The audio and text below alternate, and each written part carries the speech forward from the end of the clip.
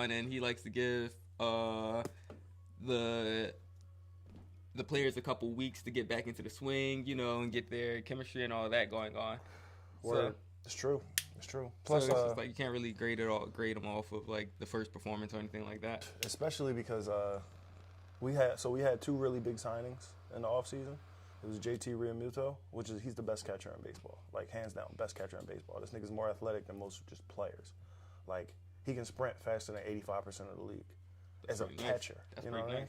And he's got the most pickoffs and all that shit. Well, the most throwouts. But then we also signed Didi Gregorius at shortstop, formerly of the Yankees, and he is out of the country right now dealing with visa issues. So one could argue that, two of our best players wasn't even available for the game. That's crazy. I mean, I don't know who any of these players are, to be completely honest. That's why I gave you somewhat of a background. But their influences on the game is pretty heavy. But like those are the two hardest positions to play for the most part, shortstop and catcher. Where like catcher as in behind the person that's batting. Yeah, that's the hardest position. That's the hardest position to play. Because there's a lot of nuance that goes into that, like pitch framing, you know what I mean? You got to have a strong enough arm to throw to second quickly and consistently. That's true. You know what I mean? That's true. Yeah. You got to actually study, like, the calls. You got to have a good rapport with the pitcher to be able to tell him where he should go. Because, they're calling the pitches. I mean, the catchers are calling the pitches. I just viewed it as, like, you're just squatting down, waiting, it's not as physically demanding, I guess you would say. No, man. You're the link between the pitcher and the ump. You know what I mean? Yeah. So like you can, depending on how you set your zone, shit could be a strike or not. You know what I mean? Yeah. And that's what pitch framing is. Pitch framing is basically like you throw your glove up in a spot where he knows it's a strike, and then at the very last second you catch it outside of the zone and put it right back.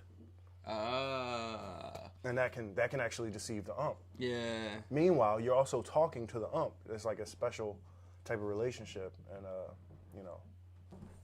know though. I didn't know. Oh, okay, well, yeah. There's like a special kind of rapport that a catcher has to have with an ump to get them calls that he wants to get. If he's up there just being a dickhead, then the ump ain't trying to do him no favors, and that reflects on the pitcher.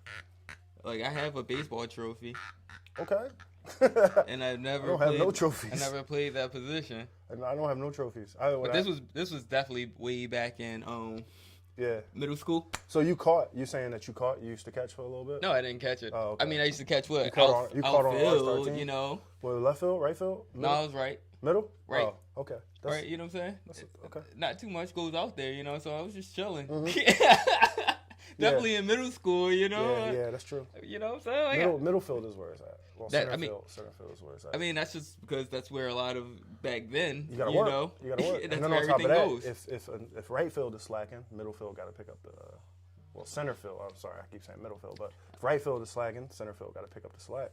If left field is slacking, center field got to pick up the slack. So for real, the whole field is his. Yeah, so they just his support. Yeah, exactly. So I was there supporting, just chilling.